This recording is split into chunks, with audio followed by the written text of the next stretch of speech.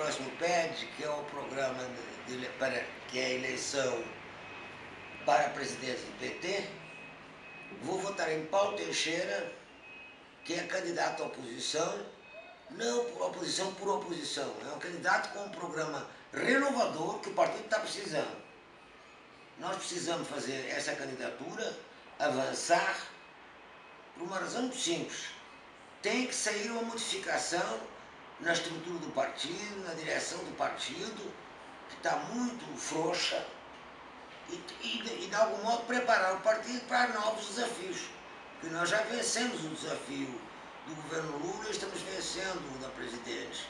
Mas precisa vencer o próximo. Né? E os próximos desafios, que são novos desafios novos, precisam de um partido diferente. Paulo Teixeira é um menino jovem, que é um menino de luta, e peço meu voto a vocês.